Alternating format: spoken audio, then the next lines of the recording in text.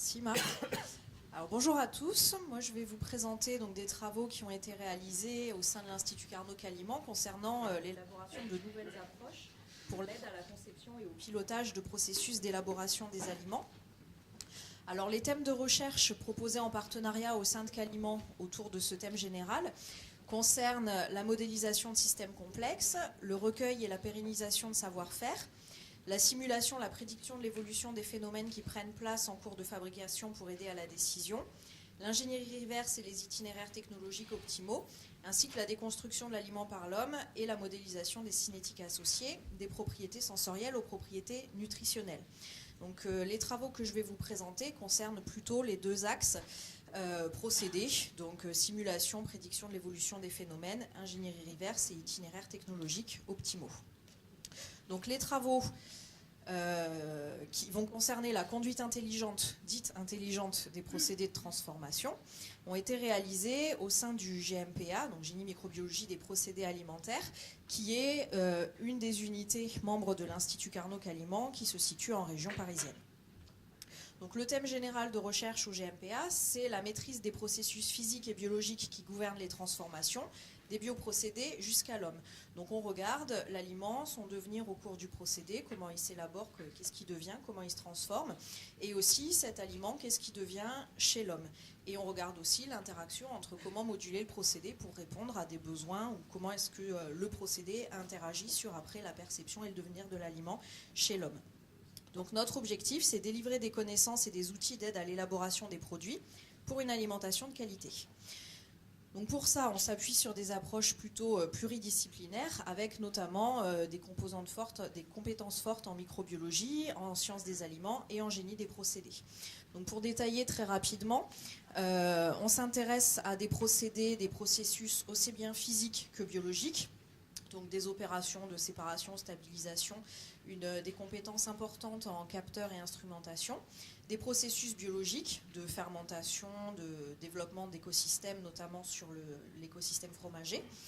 L'aliment, sa structure, la mobilité des solutés, les interactions matrices-solutés et le devenir de cet aliment chez l'homme, aussi bien dans la bouche que dans le tube digestif. Donc pour pouvoir traiter de tout ça, on a aussi une équipe dédiée à la modélisation et l'intégration des connaissances. Donc là, les projets que je vais vous présenter, ils sont plutôt issus de ce pilier-là en lien avec la modélisation. Donc premier exemple de conduite intelligente des procédés, c'est la conduite de la lyophilisation des bactéries lactiques. Donc c'est des résultats qui sont issus d'un projet européen, CAFE, qui avait pour objectif de fournir de nouveaux paradigmes pour le contrôle intelligent de procédés alimentaires en combinant de nouveaux systèmes de mesure fiables et des outils de simulation avancés. Donc on s'est vraiment appuyé sur les composantes instrumentation, connaissance du procédé, optimisation et des outils avancés de suivi et de contrôle. Donc il y avait 4 opérations qui étaient traitées dans le cadre du projet européen CAFE, la fermentation alcoolique, la filtration de la bière, la structuration de la crème glacée et la lyophilisation de bactéries lactiques. Donc l'idée, c'était de s'appuyer sur toutes ces différentes pièces du puzzle pour reconstruire les paramètres du procédé ou du produit qui sont impossibles à mesurer et prédire en temps réel des scénarios et des stratégies robustes de contrôle. Donc la démarche qui a été adoptée, c'était de commencer avec des bactéries lactiques, donc issues d'une fermentation. On a séparé le milieu et donc on s'intéresse vraiment au culot de bactéries qui sont mises dans un milieu protecteur, donc quelque chose qui est fait traditionnellement en industrie, et dont on sait caractériser des propriétés physiques qu'on sait déterminantes pour la résistance à la lyophilisation. Donc ensuite, ces bactéries sont lyophilisées. La lyophilisation, pour rappel, c'est 3 étapes, la congélation, la sublimation de l'eau et la désorption finale. Et les 3 variables procédés qui contrôlent la lyophilisation, c'est la température de l'étagère, la pression dans la chambre et le temps. Et on obtient donc un produit lyophilisé dont on veut connaître les attributs qualité, donc la viabilité des cellules, l'activité acidifiante, puisque les bactéries lactiques, elles sont utilisées pour acidifier un milieu, la structure du produit, et le suivi au cours du stockage de ces différents attributs. Et on s'est aussi intéressé à la productivité du procédé, c'est-à-dire la quantité de bactéries qu'on est capable de produire sur un intervalle de temps donné. Donc dans un premier temps, il s'est agi de déterminer les paramètres procédés critiques, c'est-à-dire les paramètres qu'on sait qui vont avoir une importance capitale pour les attributs qualité des bactéries. Donc, ils ont été définis comme étant la température du produit, l'activité de l'eau, la teneur en eau, et puis la durée de chacune des étapes de lyophilisation. Et donc, une grosse partie du projet a été d'établir une relation quantitative entre ces paramètres procédés critiques et les attributs qualité, dans l'objectif de, à l'aide de ces paramètres procédés critiques, pouvoir définir des scénarios de conduite optimale de la lyophilisation. Donc ça, c'était une première partie importante, et une deuxième partie encore plus ambitieuse, c'était d'avoir des méthodes de mesure en temps réel au cours de la lyophilisation de ces paramètres procédés critiques pour pouvoir les prédire en temps réel et reconstruire l'histoire du produit. Et puis surtout, en l'implémentant dans des outils avancés d'optimisation, pouvoir optimiser en temps réel la conduite du cycle de lyophilisation.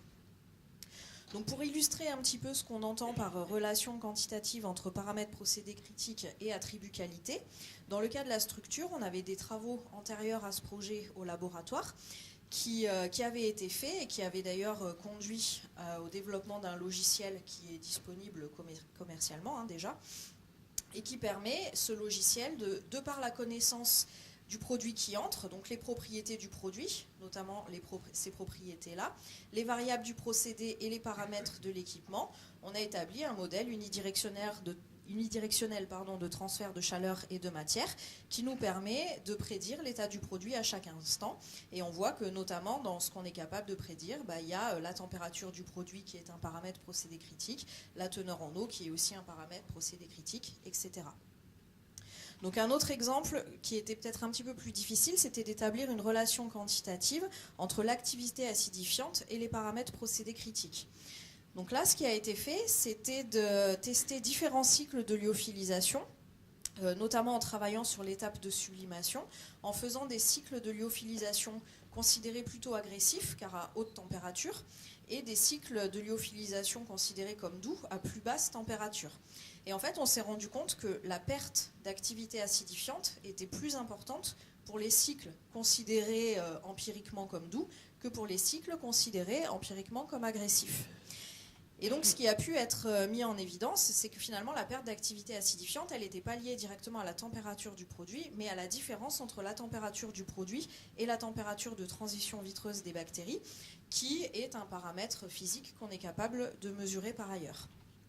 Donc là aussi, un modèle a été développé, un modèle relativement simple qui permet de prédire la perte d'activité acidifiante en fonction de cet écart entre la température du produit et la température de transition vitreuse. Et donc on voit que, par exemple, pour une étape, si on prédit les cycles de lyophilisation, on peut gagner 20 minutes sur une étape entre des cycles doux et des cycles plutôt agressifs. Donc voilà, des relations quantitatives ont été établies entre tous ces paramètres, attributs qualité, paramètres procédés critiques. Donc on est capable de prédire des scénarios de conduite optimale. Et donc maintenant, je vais vous détailler un petit peu plus comment fonctionne le simulateur en temps réel, donc ce qu'on appelle le système de contrôle intelligent, puisque le système de contrôle intelligent, donc il s'appuie sur une instrumentation forte de la lyophilisation, du lyophilisateur, pour mesurer en temps réel les paramètres procédés critiques, qui sont envoyés dans un superviseur qui va alimenter une base de données locale, qui va envoyer dans un optimiseur en temps réel, qui va donc optimiser sur la durée de chaque étape et la température du produit qui est nécessaire pour avoir un attribut qualité maximal pour une durée de cycle minimale. Ce nouveau profil, il est renvoyé à la base de données locale, qui sont renvoyées au superviseur, qui donc va donner de nouvelles consignes pour le pilotage de la lyophilisation. Et ceci en temps réel au cours du procédé. Donc on arrive vraiment à minimiser la durée du cycle tout en augmentant la qualité du produit. Donc voilà, et la perspective à ces travaux, ce serait de rajouter une composante impact environnemental dans les contraintes qu'on souhaite, puisque la lyophilisation, c'est un procédé très énergivore qui consomme aussi des fluides frigorigènes qui sont très néfastes d'un point de vue environnemental. Et donc là, on travaille actuellement sur comment rajouter, outre les attributs qualité et la productivité, comment rajouter une composante impact environnemental en se disant que peut-être, si on accepte de dégrader de 5% la qualité des bactéries, on va être capable de gagner 20% de coûts énergétiques et que industriellement, on serait capable de l'accepter, par exemple. Donc voilà, pour ce premier exemple de conduite de bactéries. Donc maintenant, deuxième exemple, la conduite optimisée de l'affinage du fromage. Alors, c'est aussi des résultats issus d'un projet européen, True Food, qui avait pour objectif introduire de l'innovation dans les produits traditionnels, type AOC, AOP. Et donc, le cas d'étude qui est présenté là, c'est l'affinage du fromage. Donc, avec pour objectif d'établir des nouvelles méthodes de pilotage de l'affinage par le contrôle des paramètres d'environnement, tout en diminuant les coûts de production, donc par diminution du temps d'affinage et diminution du coût énergétique, et surtout de valider ça au niveau industriel. C'était vraiment un des objectifs du projet européen. Donc il y avait différentes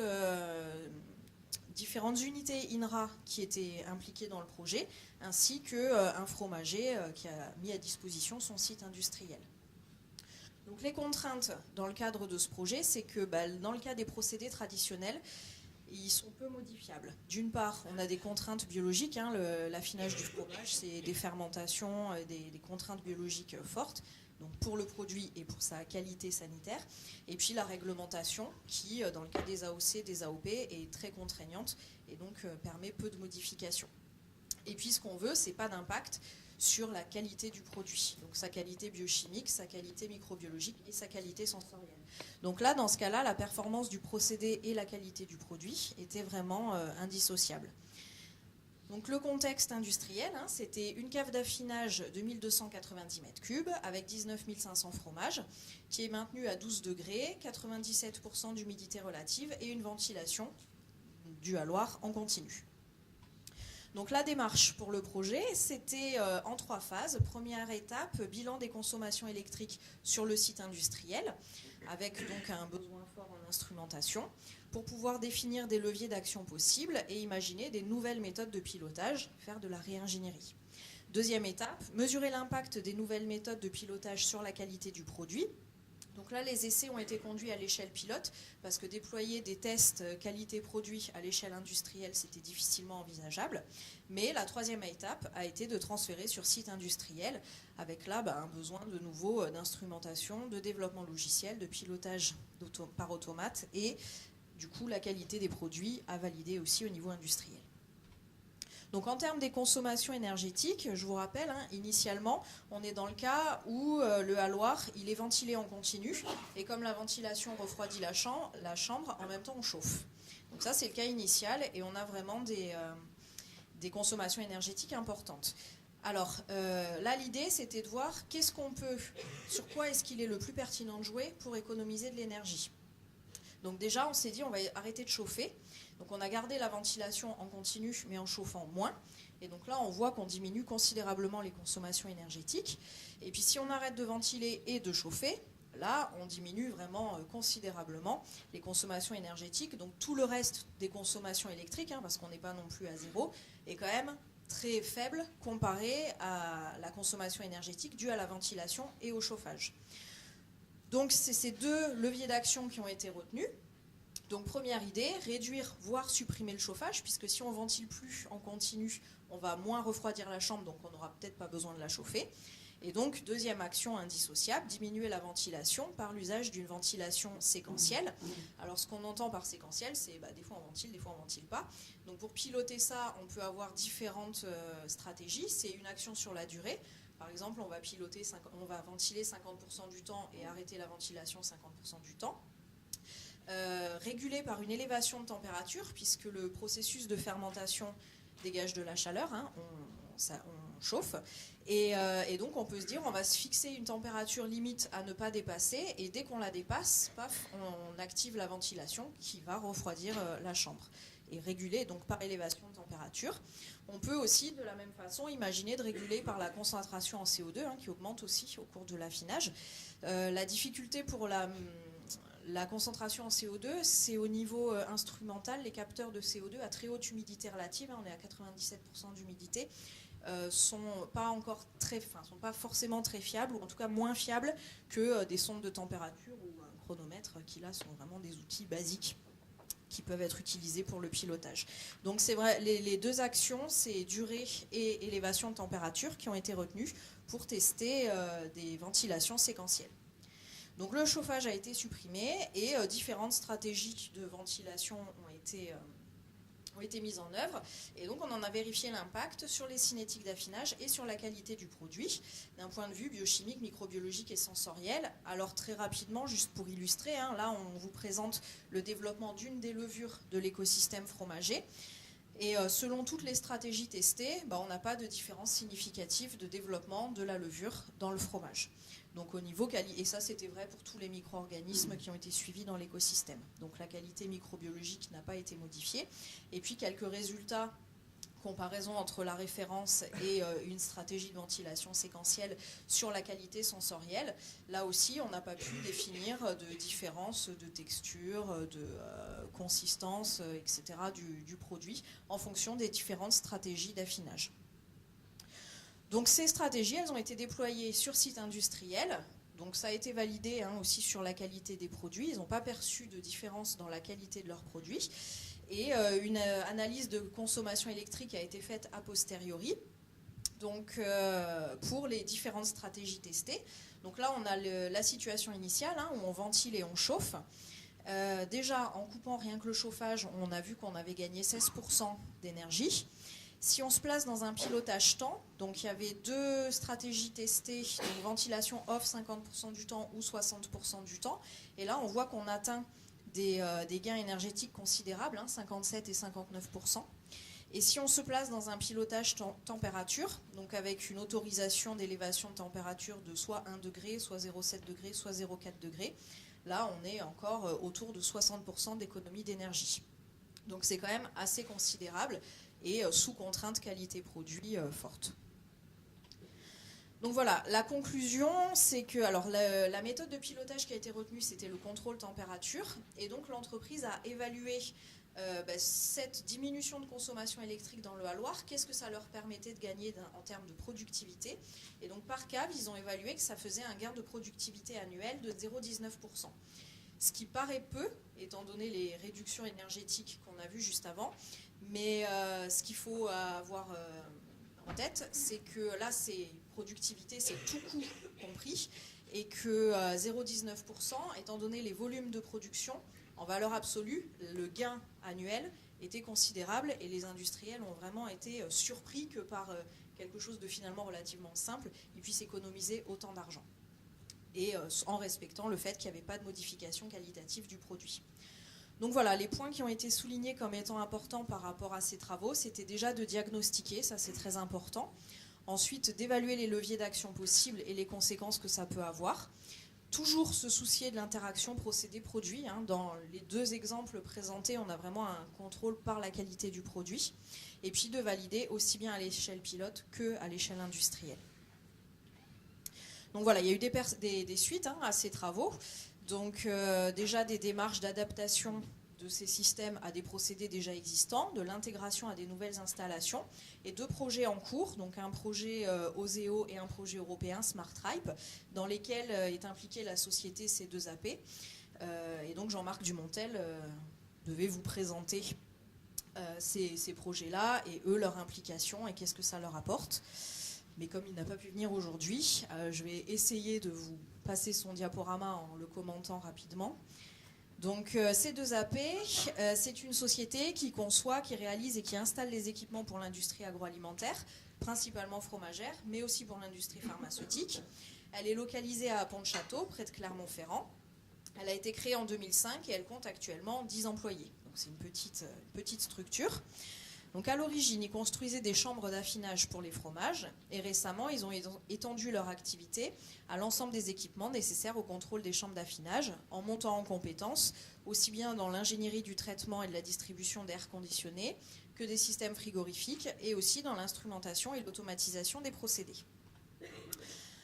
Alors quelques mots sur le projet européen SmartRipe. Donc le projet européen c'est vraiment la continuité des travaux de True Food avec le développement de haloirs pour un affinage du fromage dit intelligent. Donc des haloirs hautement instrumentés avec des suivis de température, d'humidité relative, de CO2, de consommation électrique et de perte en masse du fromage au cours de l'affinage, qui sont reliés à des systèmes de supervision, donc un peu comme ce qu'on a vu pour la lyophilisation des bactéries lactiques, avec des serveurs locaux qui vont permettre d'affiner la conduite en fonction des paramètres qualité du produit. Et tout ça lié par Internet à des outils smart, dits smart, tels que smartphone. Donc voilà, c'est vraiment le projet européen, c'est vraiment ça. Oui, c'est ça, ils veulent pouvoir contrôler depuis son smartphone le haloir. Donc le projet européen, il implique des PME, donc telles que C2AP, mais aussi d'autres PME. Il implique des end-users, donc des fromagers, chez qui des essais vont être faits avec ces nouvelles chambres d'affinage, et puis des laboratoires académiques qui, eux, vont pouvoir apporter des connaissances et transférer leurs connaissances, pendant que les PME, elles vont se placer plutôt en technologie push et les end-users en market pool. Alors dans SmartRipe, ces deux AP, ils sont quand même très fortement impliqués, puisqu'ils sont leaders d'un des work packages pour définir les spécifications du système, des besoins pour ces chambres d'affinage, donc en prenant en compte à la fois les résultats du projet True Food, mais aussi les besoins du marché et le savoir-faire INRA d'une façon générale. Ils sont aussi impliqués donc, dans le développement d'un prototype qui fait l'objet du deuxième work package, donc le prototype pour ces haloirs. Ils vont aider, contribuer au déploiement des essais industriels, en assistant les essais, analyser les résultats, améliorer le système proposé, et puis des tâches un petit peu plus collectives de dissémination, etc. Donc pour une petite structure de 10 personnes, ils sont fortement impliqués dans un projet européen de transfert, en se basant sur leurs compétences et une interaction avec l'INRA qu'ils ont construite depuis maintenant un petit peu de temps. Donc ces deux AP, initialement, ils ont toutes les compétences pour concevoir et réaliser entièrement des haloirs équipés pour le suivi et le contrôle de l'affinage des fromages. Et ils considèrent que leur implication dans le projet européen SmartRipe comme un investissement stratégique pour à la fois acquérir de nouvelles connaissances et des stratégies de conduite des procédés, accroître les solutions commerciales qu'elle peut proposer à l'industrie fromagère, et puis à terme gagner des parts de marché. Donc voilà, je vous remercie pour votre attention.